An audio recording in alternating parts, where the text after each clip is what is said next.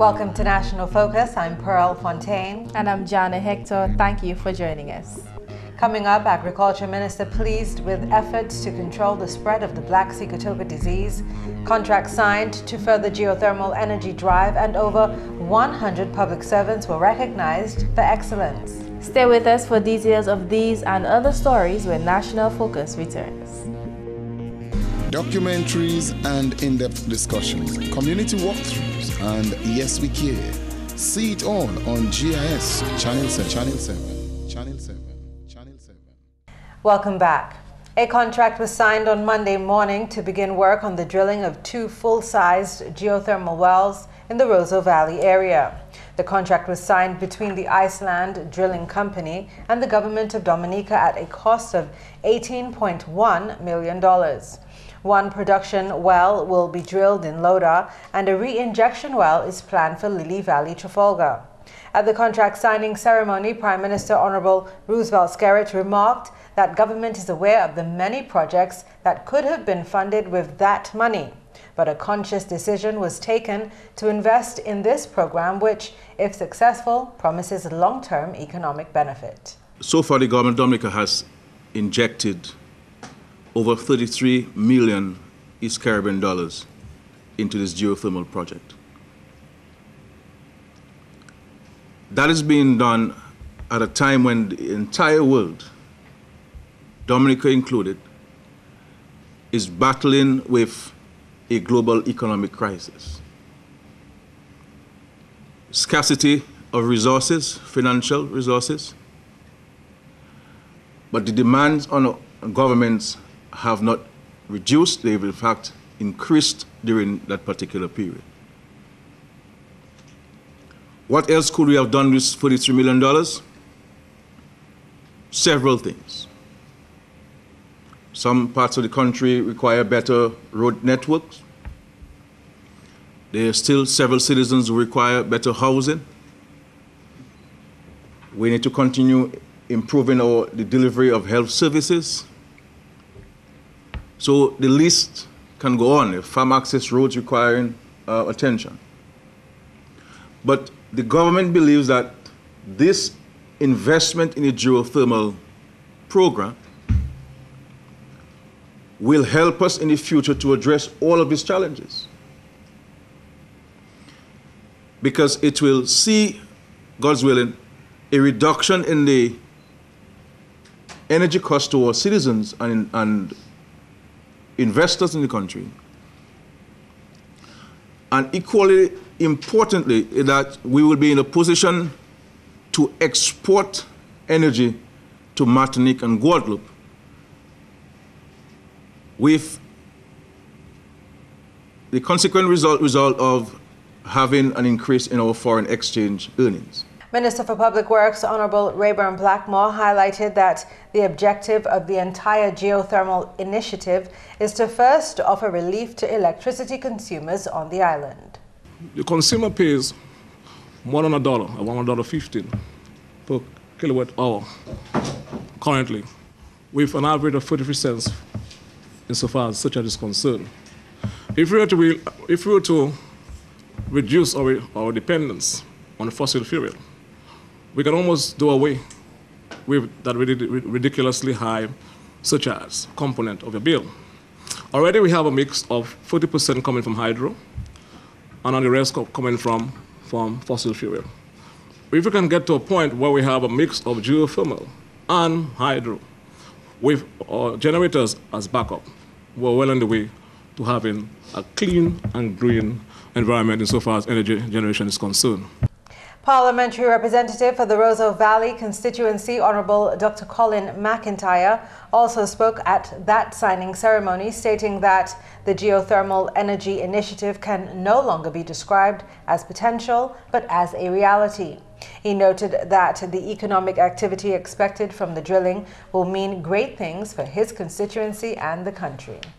Over the last couple of months and beyond that, we had a number of test wells being drilled in the Roseau Valley in terms of Loda and Wharton Waven.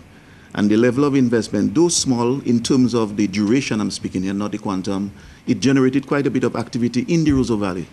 So we have now we are now on the move to drill these 2 production wells, and I see it as a major source of investment and activity again in the Rose Valley. Now, this is just for the period of time I'm speaking about, but looking, ahead in terms of what's coming and the level of investment and government plans, and I speak here of the Dominica Labour Party and our plans to really produce that sort of energy. I see this as a great opportunity in Dominica for investment in terms of lowering the cost of green, environmentally friendly energy that can really take our country to the next level.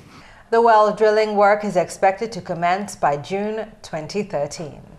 The United States government, along with the government of the United Kingdom, has collaborated in an effort to provide the Dominica Police Force with a peace suspect interview training course.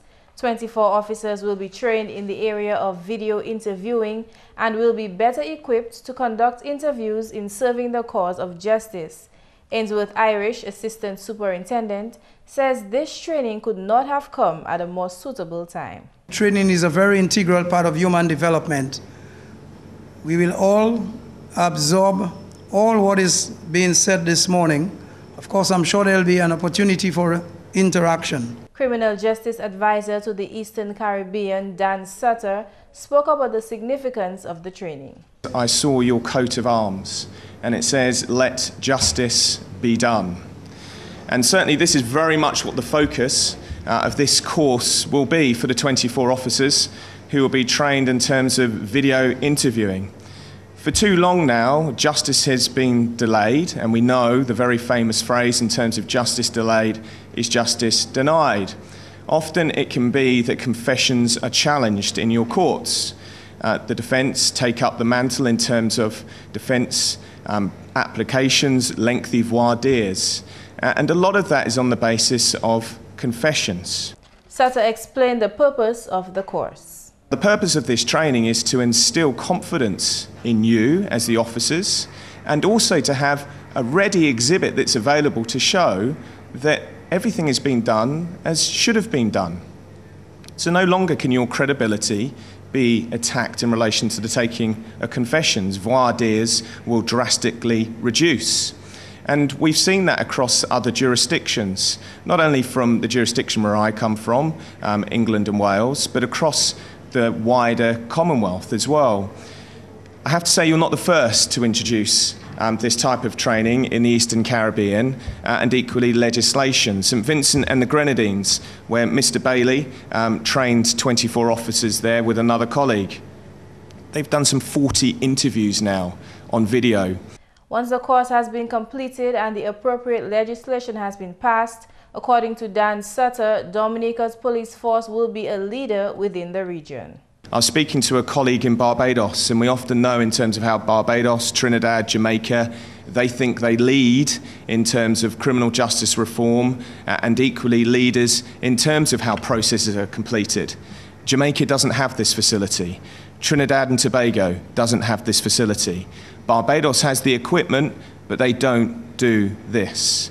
You are going to be doing it. You are leading, as well as St Vincent and the Grenadines, as well as St Kitts and Nevis, who have also introduced the legislation.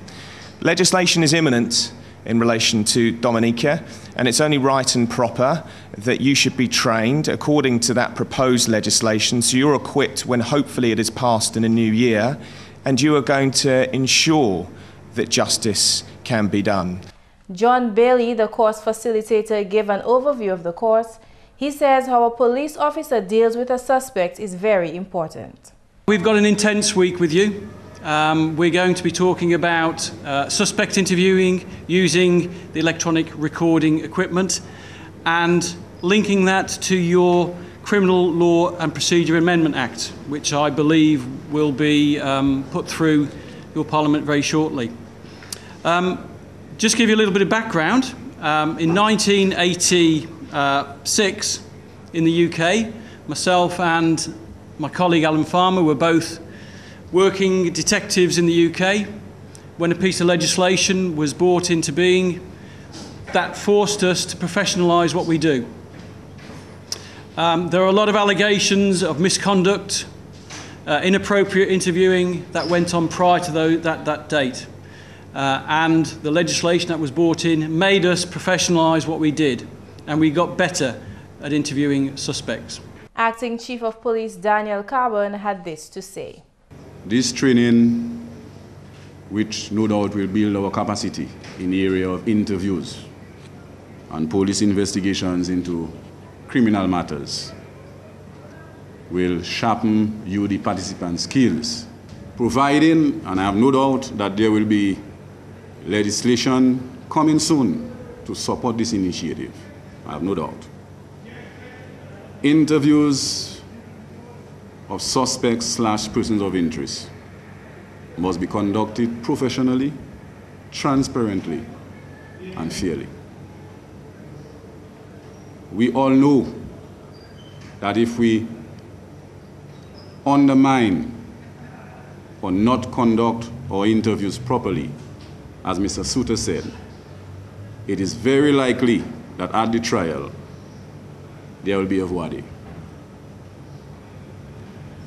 This initiative and this capacity building of our investigators will ensure that we should have no voide at trials before the High Court or Magistrates Court. The interviews and that procedure will benefit both the prosecution and the defense. There is nothing to hide. A graduation ceremony is expected to be held at the conclusion of the one-week course. Over 100 public servants were recognized for their service to the country at the Excellence in Public Service Awards and Recognition ceremony last Friday, which was Public Service Day 2012. The theme for the observance of Public Service Day 2012 was Our Public Service Transforming, Modernizing, Positively Changing. Then Acting Prime Minister Honorable Dr. Colin McIntyre delivered an address focusing on the objectives of the award ceremony. He outlined motivation, recognition, and the rewarding of public servants as the main purposes. The observance of Public Service Day, and specifically this award and recognition ceremony, affords the opportunity for you to be rewarded for outstanding performance, dedication, and hard work, for your talents to be recognized, to encourage all officers to practice the highest degree of professionalism, to motivate all officers to improve their quality of work, and to make public officers feel valued. Importantly, Public Service Day presents the avenue to showcase the services of the public service, to acknowledge the invaluable contribution of public officers to national development, and to recognize that democracy and successful governance are built on a competent public service. Moreover, its observance fosters greater acceptance and appreciation of each other.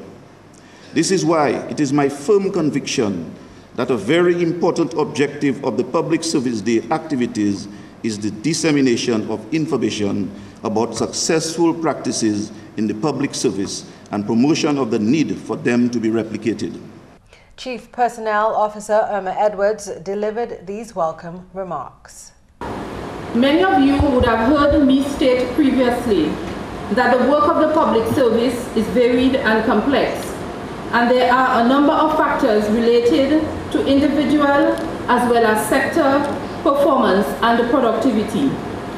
There are large numbers of public officers who perform beyond the call of duty, who give of their best efforts consistently and conscientiously. Therefore, it is necessary that from time to time we devote our efforts and our energies to recognize their contributions to public service growth and development. Tonight is one such time. Focusing on the aim to transform, modernize, and positively change, Hannah Clarendon, who is a retired public servant, presented the featured address. Clarendon explained firstly that change hurts but is sometimes very necessary. She also listed positive changes that public servants should aim to make. What is the concern of the public service?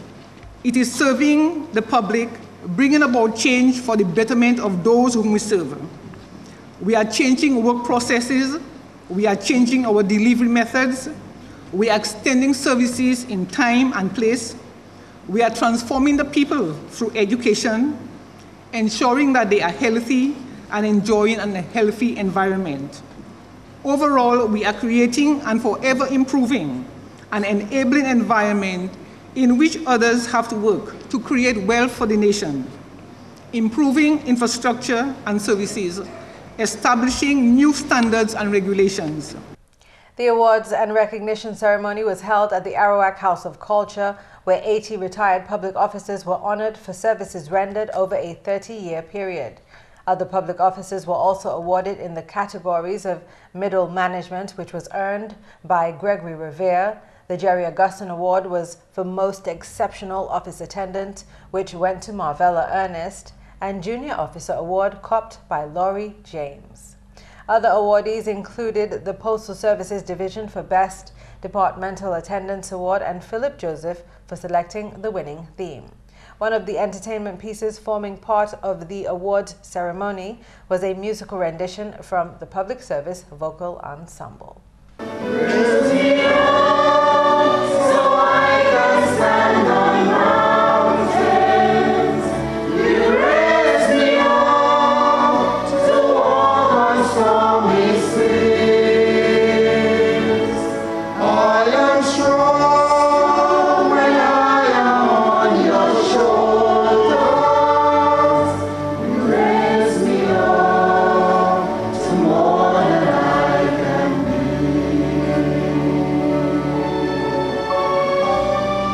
During the ceremony, Davis later announced that donations would be presented to 2 charitable organizations from proceeds of the Public Service Talent Night and their ecumenical service held last Monday.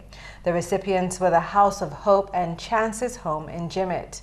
Other highlights of the evening included the presentations of awards to Jacqueline Edwards for punctuality and regularity, Dr. Ranford Paul Ricketts, who took the Chief Personnel Officers Award, to Jules Pascal for Senior Manager of the Year, and to Patrickson Albert and family for the Public Service Family Award.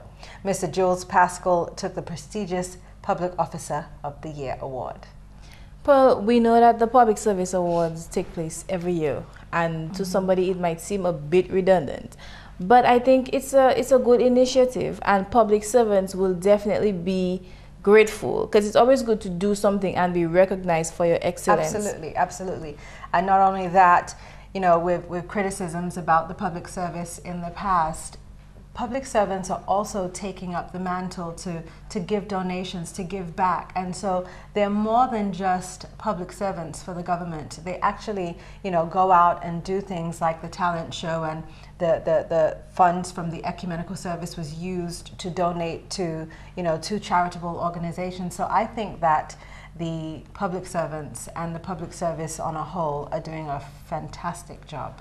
You mentioned criticism. I think it's important to note that public servants seem to be aiming to do better, to strive for excellence, and people should take note of that. Absolutely, I agree with you. And we just want to say congratulations to Mr. Jules Pascal, who took the prestigious Public Officer of the Year Award. Meantime, President of Dominica, His Excellency Eliud Williams, hosted his annual Christmas Children's Party at the Salisbury Primary School last Saturday. Over 200 primary school students between the ages of 5 and 12 were invited to attend. This year, boys and girls from the communities of St. Joseph, Salisbury, Coolibistry, Collyho, Dubla, and Bioche were the guests of honor. Supervised by parents and members of the President's Charities Foundation, children milled about the yard playing games, snacking, and socializing with friends. Santa Claus also paid a visit and brought Christmas gifts.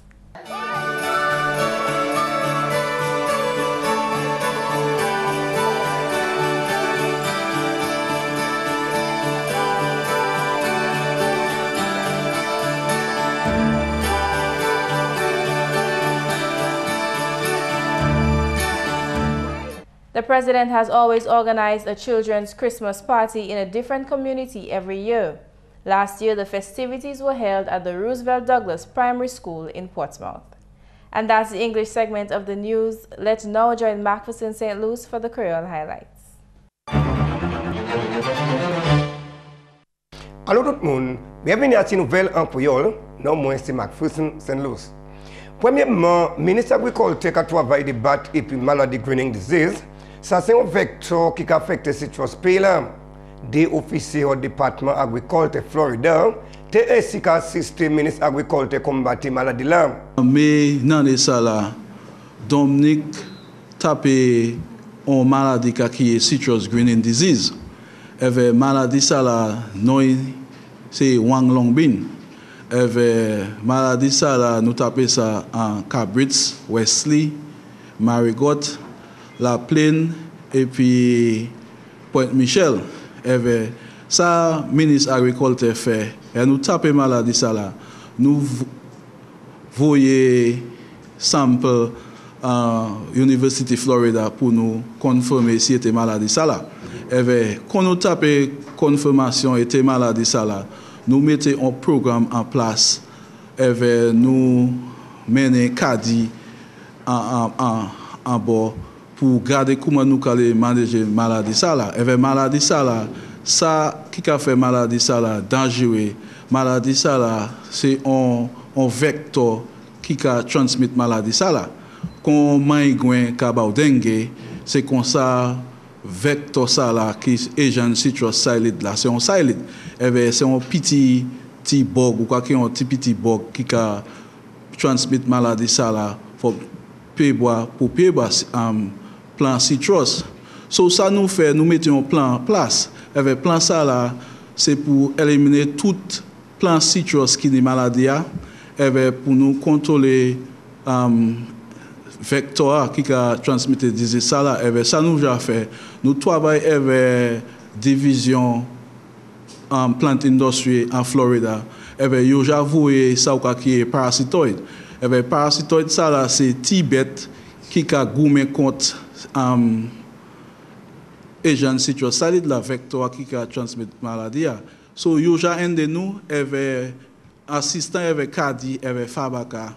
Yo voyez des consultants ba nous et ces consultants ça là yo t'es là pour une semaine et yo ja garder tout problème maladie à tout monde Dominique et yo fait un assessment contre maladie ça comment maladie ça qu'a affecté nous à Dominique et yo fait recommandation ba nous. En autre nouvelle, Dominique Kenny pour espérer dès l'année avant morceau législation procurement venu en réalité. Si le ministre de l'Information, Honorable Ambrose George, ça que ba moun assez temps débat et puis morceau législation ça là. Magwe nous passer loi mais il est point d'une année on calcule ça en transition temps period avant il really stampé parce que il que ba moun en chance pour garder loi encore pour reviewer, pour voir si il est en ordre, pour voir si nous pouvons faire changement pour tout le monde venir au courant avec mon loi ça. Ça c'est manière y passer, mais pour commencer point effet dès l'année pour point place avec ça. Le gouvernement Dominique travaille bien formidable pour avancer environ Northeastern Comprehensive School. Travail pour remplacer les bagailles qui partent en ordre, en parmi la fenêtre là qui était bien mauvais. Quand même si l'officier ministre de l'Éducation Ted Sarah, l'argent dépensé pour remplacer toute la fenêtre en facilité cela. Sarah aussi fait parole qui c'est neuf la plus meilleure et puis il ça prend saline la là qui tout pour l'école là. Le gouvernement Dominique dépensé $230 000 pour l'opération Salam. Il a aussi bâti un walkway qui accommode les teachers et puis étudiants à l'école. M. Serra aussi fait parole que le gouvernement bâti une autre location neuf qui a ouvert l'autre l'année académique. Faciliter ça là qui aussi petit pour avancer l'ambiance à l'école. Le gouvernement Dominique aussi bâti une facilité neuf à l'école Mont Prosper à Valais, avec $91 000. Finalement, le ministère pour Honorable Ribbon Blackmore a créé à ce public-là pour prendre l'avantage soulagement gouvernement qui a offert moun payer moins pour baoui yo ka recevoir pour saison Noël. Gouvernement qui a aussi créé à ce public-là pour coopération ailleurs.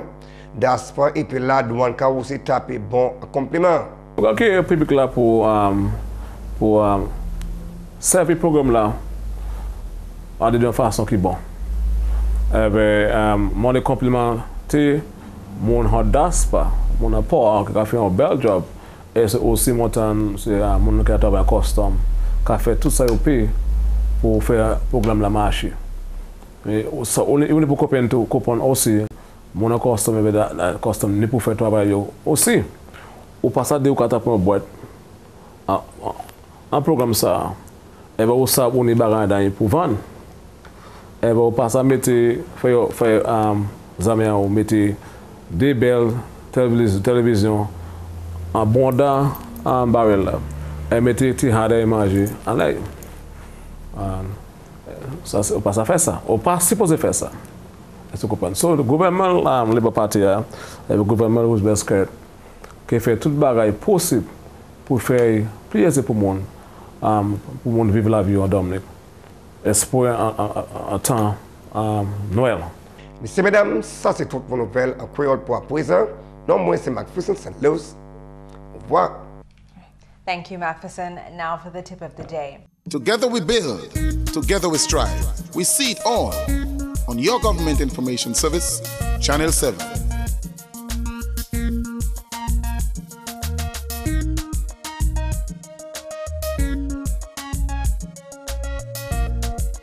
This is the Government Information Service, bringing you all that you need to know about all that's happening in your country's development. GIS, you and your channel.